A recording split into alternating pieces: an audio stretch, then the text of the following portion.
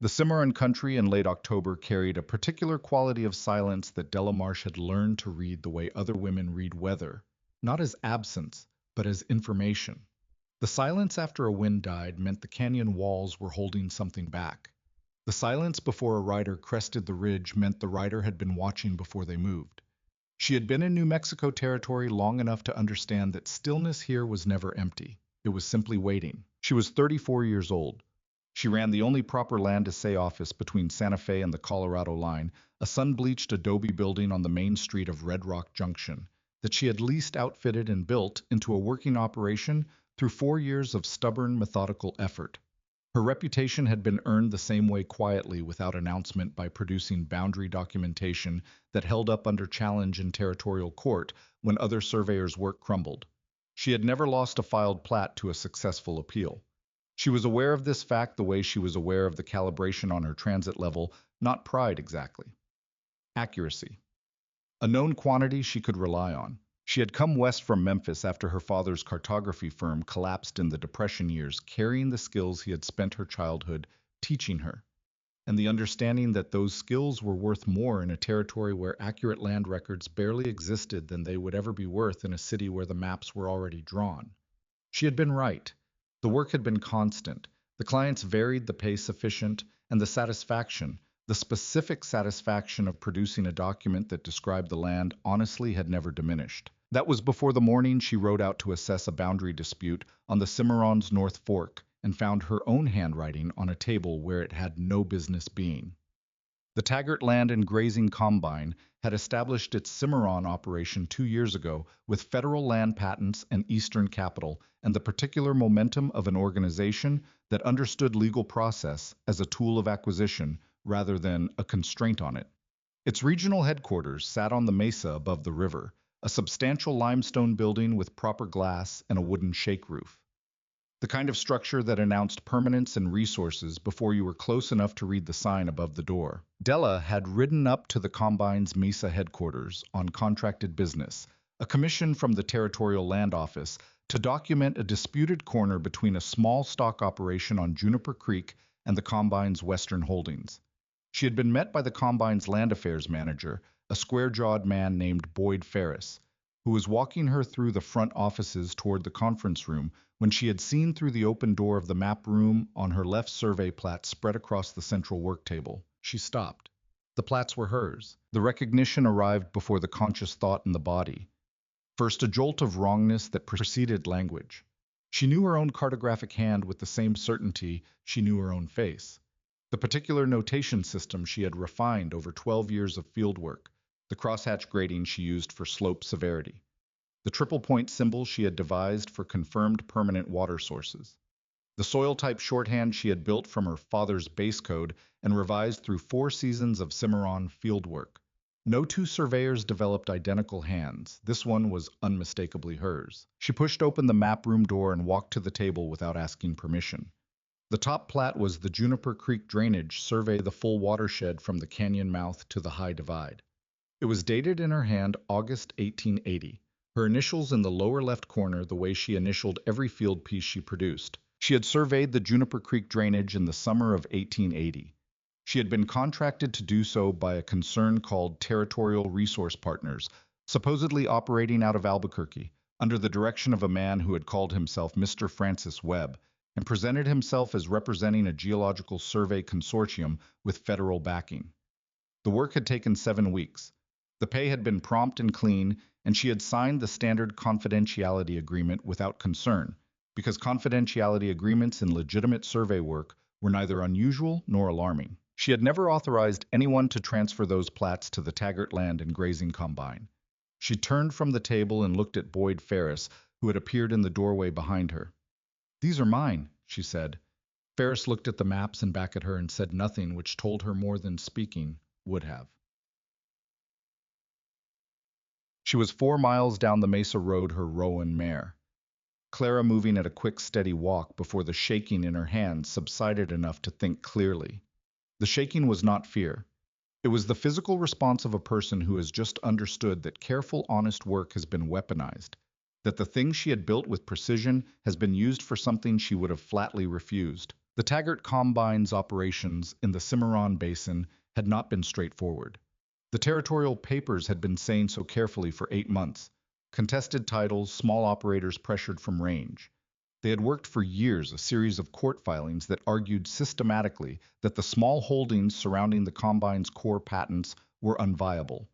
The Combine's attorneys had been filing documentation with the Territorial Land Court, establishing what amounted to a legal argument for consolidation that the surrounding homestead claims and small stock operations could not be sustained on the available water and range, and that the Combine's acquisition of those holdings was therefore not dispossession, but reasonable consolidation of marginal land. Her survey work had been the foundation of those filings. She could see it now with the clarity of a person who has just had a pattern become visible all at once. Whoever had prepared the Combine's court filings had used her 7 weeks of meticulous Juniper Creek drainage work to construct an evidentiary basis for a fraud. The water sources she had documented, the permanent springs she had located, classified and mapped with seasonal observation data going back 3 years, had been misrepresented in the filings. She didn't need to read the filings to know it. The pattern of the Combine's court arguments made it plain. If her survey had been accurately represented, those arguments couldn't have been made. She pulled Clara to a stop on the ridge above the river and looked out over the country she had spent a summer mapping in extraordinary detail. 37 families had been pressured off their claims in the past 16 months. 3 more were in active court proceedings. Several had already left the territory. She sat with that on the ridge for a long time. Then she turned Clara south toward Redrock Junction. The federal circuit marshal stationed at Redrock Junction was a weathered woman named Grace Adler, who had been administering territorial law in the Cimarron district for 11 years, and who met Della at the door of the courthouse with the particular expression of a person about to share something that changes the shape of a conversation. "There's a federal investigator arrived this morning," Grace said. "Bureau of Land Management. He came down from Denver." She paused. "He's been asking about you specifically. His name was Cole Whitaker. He was waiting in the back room of the circuit office, standing at the window with his hat on the sill, and he turned when she came through the door, and she took him in the way she took in unfamiliar terrain, quickly, completely storing everything. Tall, lean in the way of a man who covered distance regularly, and had been doing it long enough that it had become his natural shape. A face with hard weather in it, deep-set gray eyes, jaw darkened with several days of trail growth. The particular stillness of a man who had learned that patience was not passivity, but a form of readiness. He wore a canvas trail coat over a clean shirt, a Colt riding his hip without ostentation, and he watched her come through the door with the complete evaluating attention of a man taking inventory of a situation he was not yet sure of. "Miss Marsh," he said. "You know who I am," she said. "I've been building a case around your work for 3 months," he said. "I know your name, your methods, and your professional record. I didn't know you'd be walking through that door today." He extended a hand. "Cole Whitaker, Bureau of Land Management Fraud Division. I've been working the Combine case since July." She took his hand, direct grip, no demonstration. "You've been investigating the Taggart operation." "The Taggart operation and the mechanism underneath it," he said. "I've been able to document the federal patent irregularities and the financial structure. What I haven't been able to establish is how the Combine made its court filings look legitimate. The water rights arguments, the viability claims, I knew they were false, but I couldn't demonstrate how they were manufactured." He held her gaze steadily. "I believe you've just found the mechanism." "I've just been the mechanism," she said. Something moved in his expression, recognition, not sympathy. The specific look of a man who has heard the important line. "Tell me all of it," he said. She told him. She organized it the way she organized a survey report, in sequence distinguishing observation from inference making. No claim she couldn't document.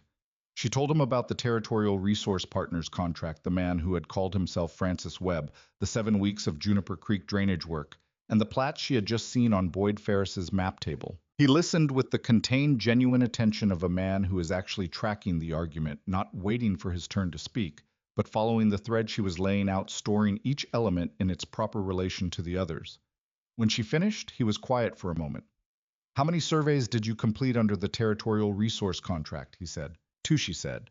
"The Juniper Creek Full Drainage Survey and the Cimarron Corridor Water Assessment, every reliable water source in a 30-mile stretch of the upper basin."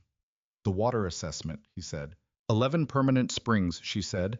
Documented with 3 years of personal observation data. Classification by seasonal flow variation surrounding soil type and surface-to-table depth estimate.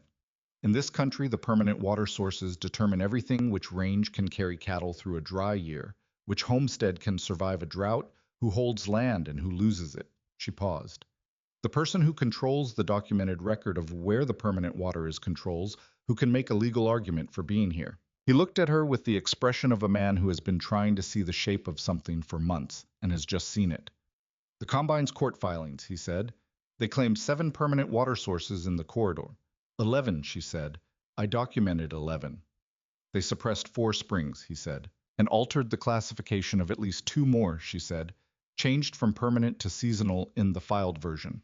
I'd need to compare my original documentation against the court submissions directly, but I know my own notation, the triple point symbol that's a permanent source. If they filed single point designations from my plats, they changed them deliberately. The quality of silence that followed had the particular weight of 2 people registering simultaneously how deliberate a wrong is. They used the reduced count to argue the homestead range was unviable during drought years, he said, while the Combine quietly acquired the actual water rights to all 11 springs. Yes, she said. She. Miss Marsh.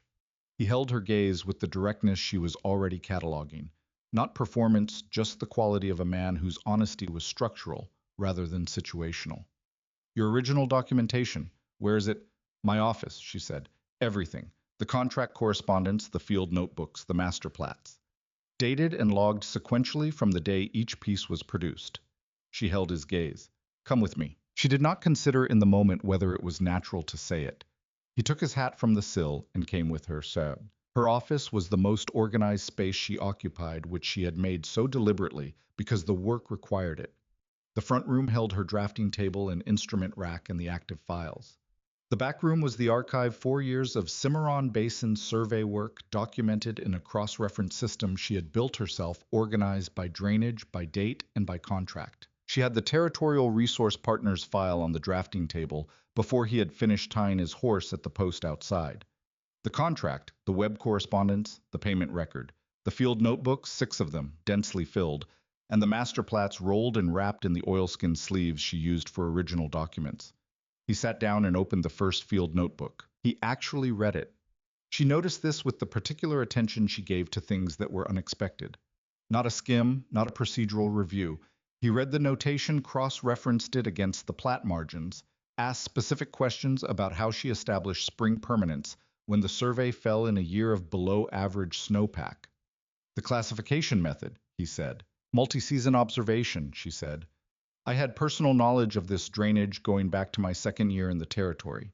The sources I classed as permanent, I had seen running in August heat in November before the hard freeze and in March melt. The ones I classed as seasonal, I had personally seen run dry. She moved the master water plat beside the Combine's court filing summary that Grace Adler had obtained from the territorial court record. Their filing converted 3 of my triple point designations to single point. That's 3 permanent sources reclassified as seasonal. She set her finger on the notation. This is my triple point symbol. It is not ambiguous. It is not a symbol a copyist would accidentally reproduce as a single point. Someone looked at what I drew and changed it deliberately. His jaw set in a way that wasn't anger, but the precise cold registration of deliberate wrongdoing. They used your credibility and then falsified your findings, he said. Yes. The confidentiality clause in the territorial resource contract. My attorney in Santa Fe has advised me this week that fraud vitiates the contractual obligation, she said. I contacted her the day I began to suspect the survey work had been misused. Before I rode up to the Combine's Mesa headquarters. Before today. She met his gaze. I had already started moving. He looked at her steadily. You moved without being told to. I don't wait for permission to think, she said. The corner of his mouth shifted barely the preliminary of something that wasn't yet a smile. No, he said. I don't reckon you do. They worked through the rest of the afternoon. She walked him through every document in sequence. He moved through it with the efficiency of a man who knows precisely what he is building and what each piece contributes. Asking questions that told her he had been building this case seriously for a long time and understood exactly where her documentation fit into the structure he had been constructing. The light outside went amber and then copper. and she looked up and realized 3 hours had passed without her noticing. I'll need to take this into federal evidence, he said. Tonight. Ferris will have sent word to the Combine's principals that you were in that map room today. Then we move it tonight, she said. He looked at her with the organized attention she had been cataloging all afternoon, and underneath it, something that was not strictly professional, a quality she noticed and set aside for later consideration. Miss Marsh, he said, most people in your situation spend some time deciding whether it's their problem. 37 families, she said, and they used my name and my work to do it. She met his gaze. That is mine to answer for. The second part isn't, no, she said. What they did isn't my fault, but what my documentation says is mine to testify to correctly. If I don't, the false version stands in a federal court record. She held his gaze. I can't leave that standing. He was quiet for a moment.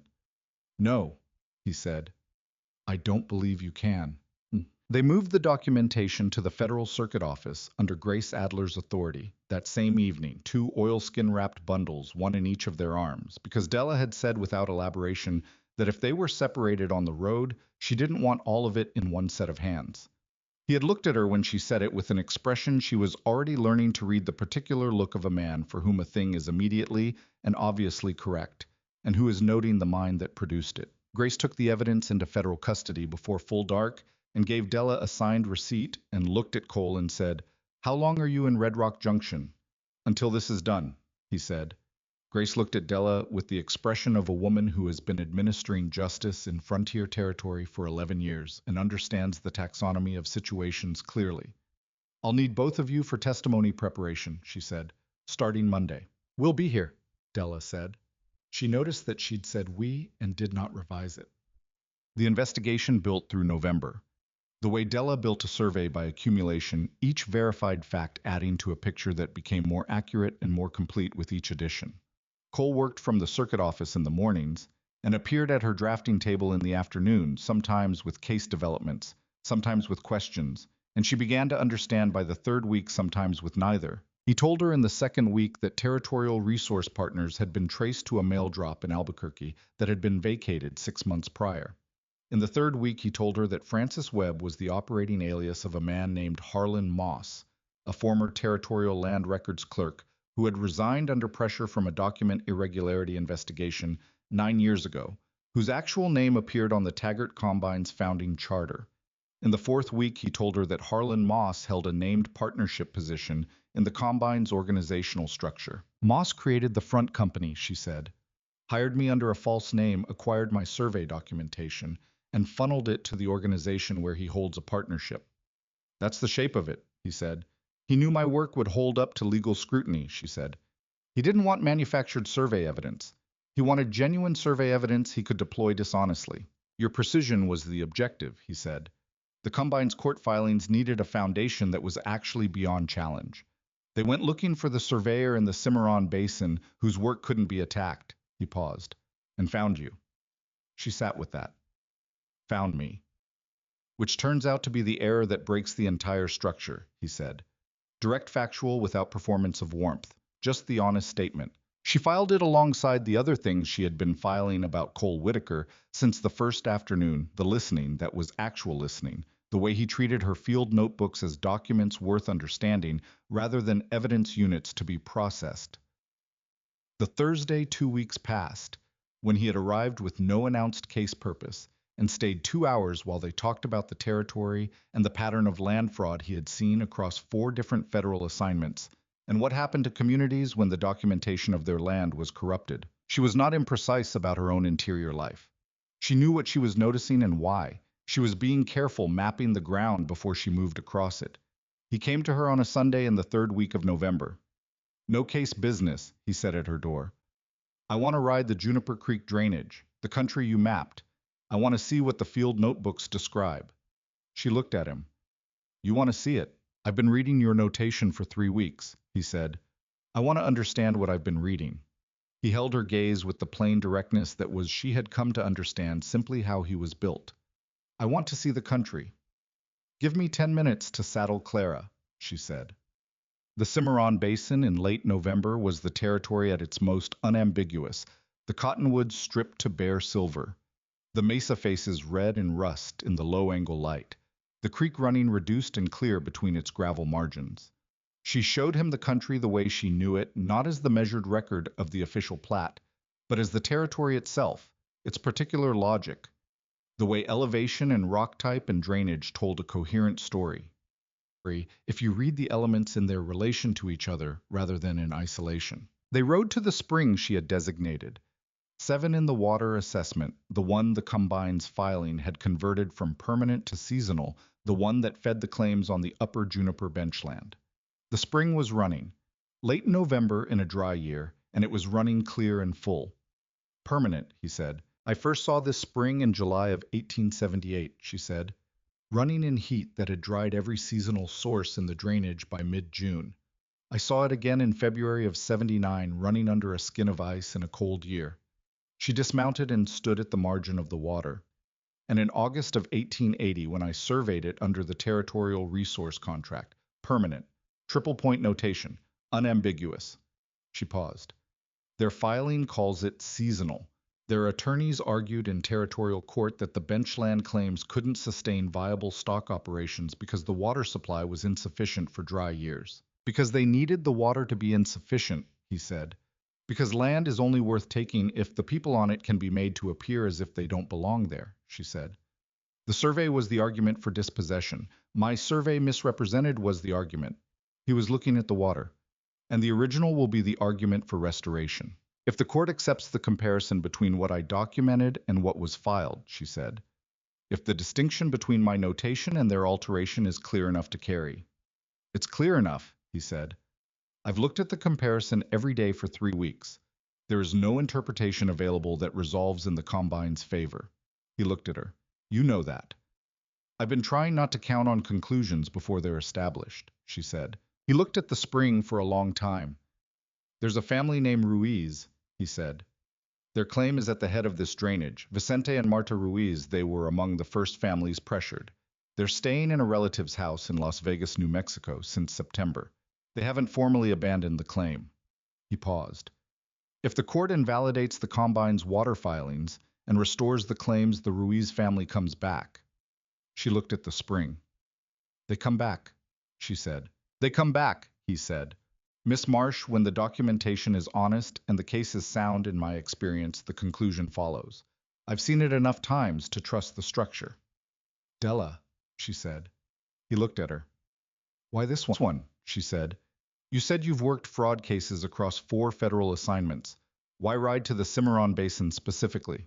I was quiet for a moment. The creek ran between its winter banks and the bare cottonwood branches shifted in the cold air, and the November light came level and honest across the mesa. The cases where the harm is to federal institutions, patent fraud against the government, grant manipulation, that harm is real, he said. But it's structural. It's the government being defrauded of documentation. He paused. This is different.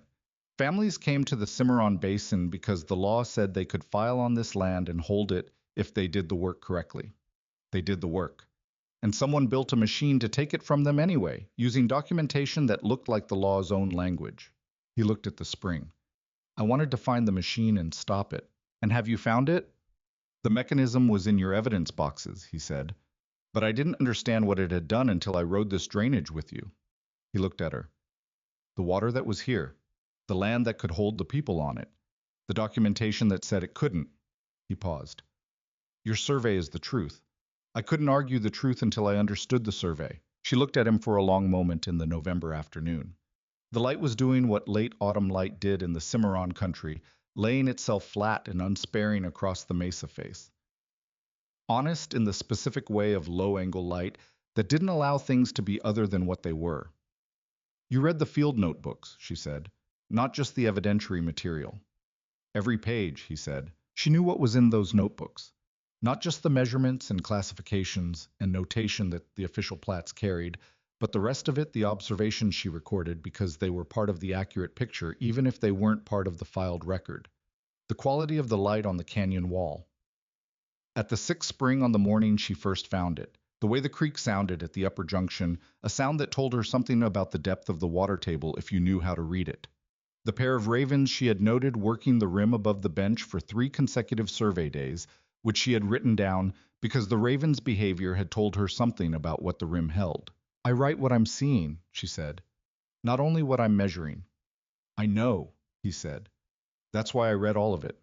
She looked out over the drainage. She had surveyed the bench and the canyon mouth and the permanent spring running at their feet, and felt the particular quality of a person who has been seen correctly by someone who is willing to look all the way in. The survey documents that this land can hold the people who are living on it, she said.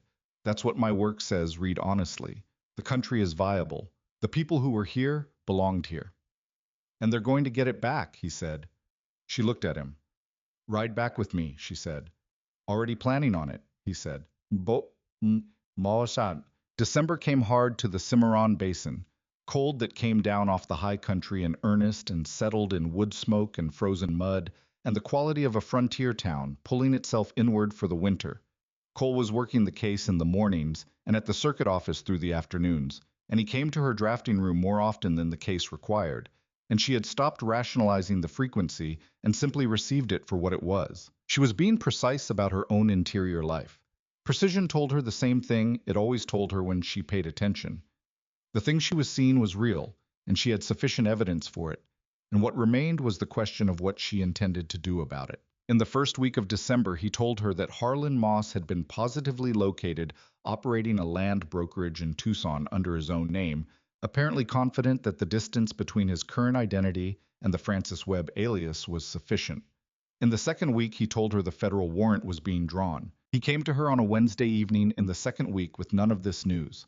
Just a knock at the door after the working day had ended, and she was at the back table writing up the supplemental water documentation she was preparing for the Ruiz claim restoration. No case business, he said. She set her pen down and looked up. He was at the door with his hat in his hand and the expression of a man who is being direct about something that does not have the structure of professional business. Come in, she said. He came in and sat across the table, and they talked about the territory, about what it had been before the Combine's arrival, and what it would need to be rebuilt into after the court ruling. About the families she had met in the course of her survey work. About the federal posting he had requested to the Cimarron district as a continuing assignment, the paperwork filed 10 days ago. You're requesting to stay, she said. The combined case doesn't end when the hearing closes, he said. There's enough in this basin to justify a permanent posting, fraudulent grant documentation, at smaller scale irregular title transfers, other operators working similar schemes. The professional case is solid. He held her gaze. That's the professional reason. What are the other reasons, she said. I was still for a moment not hesitation, but the deliberate quality of a man who wants the words to be right because the situation warrants right words. Because I've spent 3 months working alongside a woman who does her work correctly in conditions that don't reward it, he said. Who writes down what the Ravens are doing because the Ravens are part of the accurate picture. Who handed a federal investigator her complete documentation without being asked twice. He paused. And because when I asked to ride the Juniper Creek drainage to see what she'd surveyed, she said yes without asking me why. He held her gaze. Those are the other reasons. She looked at him across the drafting table. The lamp was lit, and the December wind was against the adobe walls, and the field notebooks were between them, 4 years of Cimarron Basin work documented in her hand. Those are accurately stated, she said. I tried to be, he said. She was quiet for a moment. I've been surveying this territory for 4 years, she said. I know where to set a permanent mark and where to leave the notation provisional waiting for more data. And where does this notation stand, he said. She held his gaze. I've gathered a considerable amount of data, she said. The full version of what she had been seeing fragments of arrived in his expression, quiet, direct, entirely unhurried. He set his hand on the table near the edge of the open notebook, the offer implicit in the gesture, rather than the demand. She looked at his hand. She looked at him. She put her hand over his. The federal hearing was convened in Santa Fe in the 3rd week of January in the Territorial Courthouse, a building that carried the specific gravity of a place designed to decide things that stayed decided. Della testified across 2 days, nearly 8 hours in total, with her Santa Fe attorney, a woman named Clara Reyes, who had been practicing territorial and federal law for 16 years, and who brought to the proceedings the specific quality of a person who had seen institutional dishonesty in most of its available forms and maintained both her clarity and her anger. She testified to the contract and the field work and the map room discovery, and the comparison between her original water assessment and the Combine's court filings. She was organized and direct. She distinguished facts from inferences, and she did not perform emotion. She had prepared for this the way she prepared a survey in sequence, every element in its correct relation to every other element. Nothing added, nothing omitted. The Combine's legal team was experienced and they were aggressive. They challenged her methodology, her professional standing, and on the second afternoon, her relationship with the federal investigator. Miss Marsh, thus, the Combine's lead attorney said, "Isn't it true that your personal association with investigator Whitaker has influenced both the character and the presentation of your testimony in these proceedings?" She looked at the attorney with the unhurried quality she brought to a transit sighting patient, precise and entirely certain of what she was looking at. "Investigator Whitaker reviewed documentation that has existed in my archives since 1880, she said. He did not create that documentation. He could not have created it. My field notebooks and master plats were produced, dated, and logged by me in the regular course of professional work, beginning 3 years before any contact between us." She paused. "The documentation preceded the association by years. The association did not produce the documentation, and the documentation does not require the association to stand." She paused again. "If the court would like the complete chain of dating and provenance for every document and evidence, I can provide it. The question of what my survey says is a question about the survey, not about me." The attorney looked at his papers. "No further questions." She stepped down. In the corridor, Clara Reyes said quietly, "Remember the sequence argument exactly as you stated it." "I won't forget it," Della said. Cole was waiting in the corridor. He said nothing when she came out, only looked at her with the expression she had stopped analyzing and simply received. She gave him one short nod. He gave it back. That was sufficient. The court's decision arrived in February in the formal measured language of federal land adjudication words that were designed to carry weight precisely in proportion to their precision. Taggart Land and Grazing Combine, federal land patents invalidated on grounds of fraudulent documentation submitted to the territorial court. Water rights filings suspended in full pending review of all spring claims against Della's original survey documentation. 37 homestead and small stock operation claims restored to active legal status, all Combine-initiated court pressure removed. Harlan Moss operating as Francis Webb federal fraud charges, referred to the territorial prosecutor. Boyd Ferris, same referral. A formal restoration process for displaced families initiated. She was at her drafting table when Grace Adler rode over with the certified copy. She read it through twice, sitting very still among the field notebooks, the Cimarron Mesa visible through her office window. Then she walked down the street to the Federal Circuit office. Cole was at his desk. He looked up when she came through the door, with the complete attention that was simply how he looked at her, nothing filtered, nothing adjusted. "The springs," she said. "All 11 restored to the documented record," he said. "Your survey classifications stand as filed." "The Ruiz claim," she said. "Active," he said. "They'll have formal notification through the Territorial Land Office this week." He paused. "I sent word to Vicente directly yesterday through a contact in Las Vegas. I didn't want them to wait for the official process." He held her gaze. "They deserve to know." She stood with that for a moment. "Moss is in custody," she said. "Arrested in Tucson 2 days ago," he said. "Ferris is in custody in Santa Fe." He set the document on the desk and looked at her. "It's done, Della." She had been expecting this.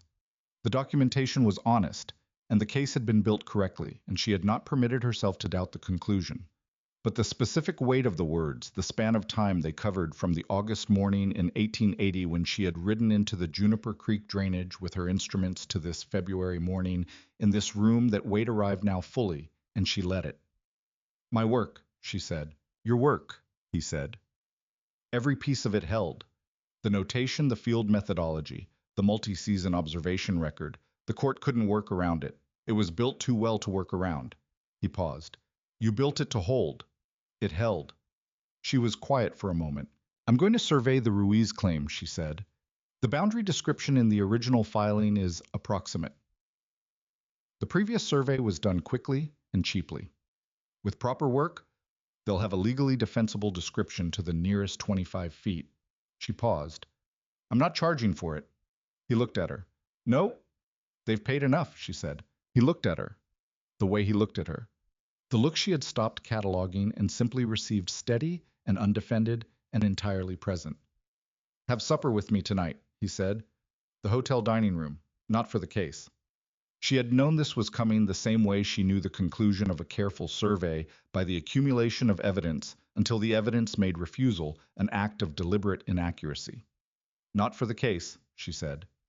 Yes. The hotel dining room that February evening had a fire burning against the cold, the town quiet outside and the kind of plain honest food the frontier produced without pretension. Good beef, sourdough bread, strong black coffee. She wore the dark blue wool dress she owned for occasions that justified it. He wore his usual coat because it was his good coat, and also his only coat which told her something accurate about who he was. They talked about the case the way you talked about something completed from a slight distance looking back. They talked about what came after the Ruiz survey, the other claims in the basin that needed documentation, review the pattern of fraudulent federal land activity the combined case had opened up. He told her the posting to the Cimarron district had been formally approved 4 days ago. You're staying, she said. I'm staying, he said. She looked at him across the table in the firelight. You worked fraud across 4 territories, she said. You could have requested any of them for a permanent posting. I had reasons for requesting this one, he said. I've stated them. State them again, she said. I want to hear them in the present tense. He looked at her with the organizing pause she had come to know a man ensuring the words were right because the occasion required right words. Because this territory is worth understanding, and I've started to understand it, he said. Because the work here means something past the closure of any single case. He paused. And because the most rigorous person I have encountered in 5 years of this work is here a woman who writes down what the Ravens are doing over the survey site. Because the Ravens are part of the accurate record who told me 37 families without being asked for the count, because she already had the count who moved before I arrived and moved correctly. He held her gaze across the white cloth. Those reasons. She looked at him. The accurate record, she said. Every element included, he said. She reached across the table and set her hand on the cloth between them. The offer implicit in the gesture rather than the demand. He covered her hand with his, and she felt the warmth of it and the steadiness of it, the specific quality of a thing settling into the position it was supposed to occupy. The fire in the hotel dining room did what fires did in February in the Cimarron basin, held the cold at the boundary, which was all a fire could do and was exactly enough. February turned toward March in the Cimarron basin. By degrees the land made you earn the cold releasing slowly, the light returning at its measured pace, the river rising with the first melt from the high country. The cottonwoods along the creek bottoms put out their earliest growth, tentative and bright, against the bare gray silver of the winter wood, and the benchland grass showed new green coming through the tawny growth of the dead season. She rode out to the Ruiz claim on the first warm morning of the turning, Clara knowing the Juniper Creek trail without direction. She had the survey instruments and the saddlebags and the field notebooks and 3 days of supplies because a thorough boundary survey required 3 days done properly. Cole was waiting at the creek crossing below the upper bench. You're here, she said. You said you'd start today, he said. I wanted to ride out with you. They rode together up the drainage in the March morning, the creek running high with melt the sky, that hard, clean blue of early spring in high country. They came to the spring she had designated 7, the Ruiz. Spring, the one the combine had called seasonal, the one that had run in July, heat, and November cold, and was running now in March. Snow melt clear and full over its gravel bed. Permanent. She dismounted and stood at the margin and looked at the water. He stood beside her. Running well, Mutt, he said. It'll drop by late summer, she said. It won't stop. It hasn't stopped in the 5 years I've ridden this drainage. She looked at the spring. When Vicente and Marta come back, and they're coming back, Vicente wrote Grace last week, this spring is going to be in the legal description of their claim. Properly surveyed, triple point notation, no ambiguity, no approximation. She paused. No one will be able to argue it's not there. No one who reads the survey correctly, he said. No one, she said. Full stop. He looked at the spring. She looked at him, looking at it his profile against the March sky, the quality of his attention on the water. You're going to write it in the notebook, he said. I'm going to write it in the notebook, she said. She pulled the current field notebook from her coat pocket. Small worn, the latest in the sequence going back to her first season in the territory, and wrote. Not a measurement or a soil designation. The other kind of note, March. First morning of real warmth. Spring 7 running full. Permanent confirmed again, as it will always be confirmed by anyone who comes here and looks honestly.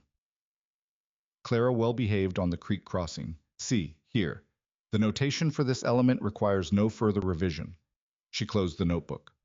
What did you write? He said. The accurate record, she said. What's actually here? He looked at her with the look that was no longer something she catalogued, but simply the condition of being in his presence, complete and steady, and without qualification. Marked permanent, he said. Confirmed, she said. He looked at the spring and then at her, and she stepped toward him and he met her. And the kiss was the way she surveyed the country she cared most about, unhurried and thorough and entirely committed, because some things were worth giving the full time they required. The spring ran on behind them. The March light came down clean and direct over the Cimarron bench. She stepped back and looked at him, and he looked at her, and they were both of them smiling, which was unusual for both of them and felt like the only accurate response available. The survey, she said. We should start, he said. Walk the northern boundary with me, she said. There's a natural monument at the upper corner I've been uncertain about since the first time I rode this claim. I want a second opinion. Lead, Bob, he said. She led, he followed. They moved up through the new grass together into the March morning, the creek below them, and the whole Cimarron basin, opening ahead, legible and honest, the territory telling its truth to anyone who knew how to ask the question correctly. She knew how to ask it. How was learning? That was the beginning of all the surveys still to come.